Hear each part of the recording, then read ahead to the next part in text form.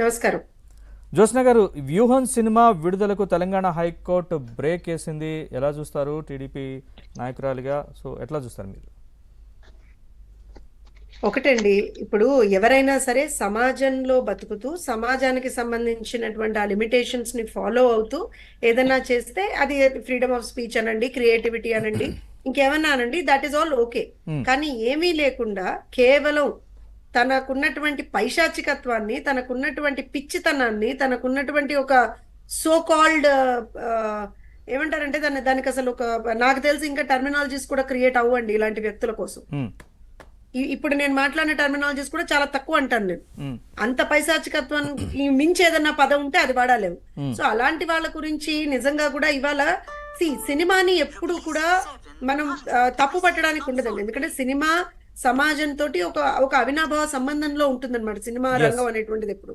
And ఇంకోటి, సినిమాని నిజంగా కూడా కళామ తల్లి అని మనం ఎంతో గౌరవంగా అంటే పిలుచుకుంటాం. నిజంగా కూడా కళామ తల్లి ముద్దు బిడ్డలు అంటాం సినిమా రంగానికి చెందినటువంటి వాళ్ళని కావచ్చు, ఎవరైనా సరే. సో అలాంటి అట్లాంటి ఒక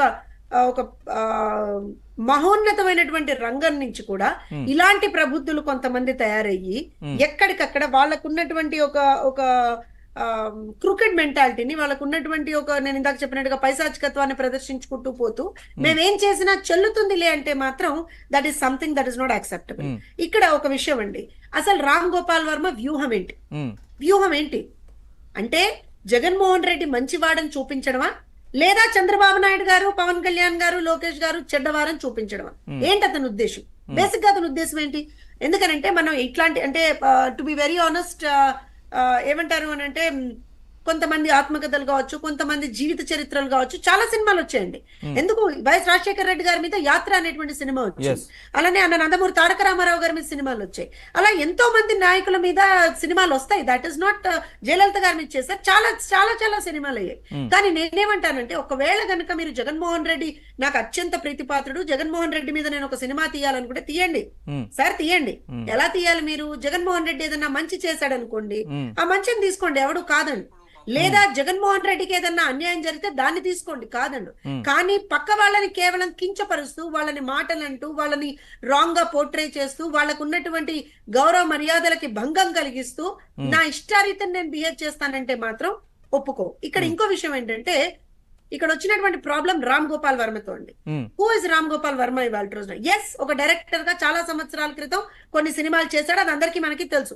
కానీ తర్వాత ప్రాబబ్లీ అప్పుడు వచ్చినటువంటి సక్సెస్ ఇతనికి నెత్తికెక్కి, తర్వాత వచ్చినటువంటి ఫెయిల్యూర్స్ ని ఇతను నిజంగా కూడా యాక్సెప్ట్ చేయలేక ఒక రకమైనటువంటి సైకలాజికల్ ప్రెషర్ లోకి, డిప్రెషన్ లోకి వెళ్ళిపోయి ఇవాళ రోజున ఈ పిచ్చితనాలు ఏమన్నా చేస్తున్నాడేమో అని అనిపిస్తుంది. అంటే ఆ ప్రెషర్ ని తట్టుకోలేక some times they get in to all wrong things అన్నమాట.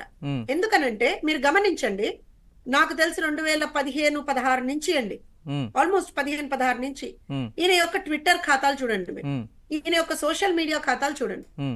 ఎంత విచ్చలవిడిగా, అసఖ్యకరంగా, జుగుప్సాకరంగా మనుషులం అనేటువంటి వాళ్ళం ప్రతి వాళ్ళం కూడా అసహ్యించుకునేలా, చీదరించుకునేలా, నిజంగా గట్టిగా మాట్లాడంటే కాండ్రించి ఉమ్మేసేలాగా అతను అక్కడ ఆ ట్విట్టర్ లో కావచ్చు, సోషల్ మీడియాలో కావచ్చు, లేదా ఈ ప్రెస్ మీట్లలో కావచ్చు, విపరీత ధోరణితో పోస్టులు వేస్తూ ఉంటాడు.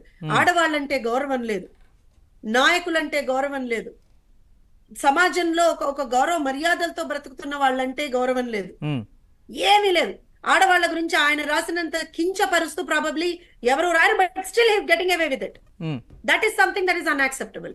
సాక్షాత్తు దేశ రాష్ట్రపతి మీద, అంటే ప్రథమ పౌరురాలు తన దేశానికి, అలాంటి ప్రథమ పౌరురాలిగా ఒక గిరిజన ముద్దుబిడ్డ ఎన్నో కష్ట నష్టాల కోర్చి ఈ స్థాయికి చేరుకున్నటువంటి ద్రౌపది ముర్ము గారి మీద, నాకు తెలిసి కృష్ణకుమార్ గారు కూడా ఆ డిస్కషన్ లో అప్పుడే ఉన్నారు. మేము లాస్ట్ ఇయర్ ఆ డిస్కషన్ కూడా చేశాం చాలా మాధ్యమాల్లో. We were all very angry on that. పార్టీలకు అతీతంగా కూడా ఒక మహిళని అత్యంత కించపరుస్తూ ఆయన ట్విట్టర్ లో పోస్టులు వేసాడండి. అలానే ఒక ఎమ్మెల్యే, నాకు తెలిసి బీజేపీ పార్టీ నుంచి అనుకుంటా, యూపీలోనో ఎక్కడో ఒక ఎమ్మెల్యేగా ఒక మహిళ ఎన్నికైతే ఆ మహిళ గురించి కించపరుస్తూ నరేంద్ర మోడీ గారిని సంబోధిస్తూ ఈ మహానుభావుడు ట్విట్టర్ లో రాతలు రాస్తాడు, పిచ్చి కూతలకు వస్తాడు. అలానే మహిళలకు సంబంధించి అనుక్షణం వాళ్ళకి సంబంధించినటువంటి ఏమంటారు అని అంటే వాళ్ళ what we call the modesty of a women, దాని అనుక్షణం కించపరుస్తూ నేనేదో సాధించేశాను అనుకుంటాడు. సార్ ఒక్క విషయం చెప్పండి సార్, ఇవాళ ఉన్నటువంటి పరిస్థితుల్లో మీరు నిజంగా సమాజానికి, నేను ఇందాక చెప్పినట్టుగా సినిమా అనేటువంటిది చాలా స్ట్రాంగ్ మాధ్యమం అండి. ఇక్కడ సినిమా రంగానికి చెందినటువంటి వాళ్ళు కూడా ఉన్నారు. నేను ఏమంటానంటే చాలా సందర్భాల్లో మెసేజ్ ఓరియంటెడ్ మూవీస్ వస్తాయి, చాలా సందర్భాల్లో నేను ఇందాక చెప్పినట్టుగా జీవిత చరిత్రలు వస్తాయి, చాలా సందర్భాల్లో ఫ్యాంటసీ మూవీస్ వస్తాయి. కానీ what kind of movies is Ram Gopal Varma making today? అసలు బుర్ర ఉండే చేస్తున్నాడా, బుర్ర లేక చేస్తున్నాడా నాకు నిజంగా అర్థం కావట్లేదు. ఎందుకంటే ఇక్కడ నేను ఓన్లీ వ్యూహం గురించి మాట్లాడలేదండి, అతను ఇప్పటి వరకు చేసినటువంటి చాలా సినిమాల గురించి మాట్లాడుతున్నాను.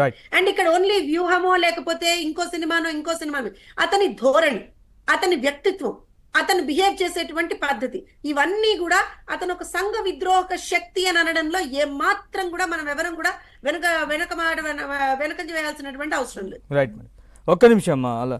చిట్టిబాబు గారు నమస్తే. చిట్టిబాబు గారు, రామ్ గోపాల్ వర్మ తీసిన వ్యూహం సినిమా విడుదలకు తెలంగాణ హైకోర్టు బ్రేక్ వేసింది.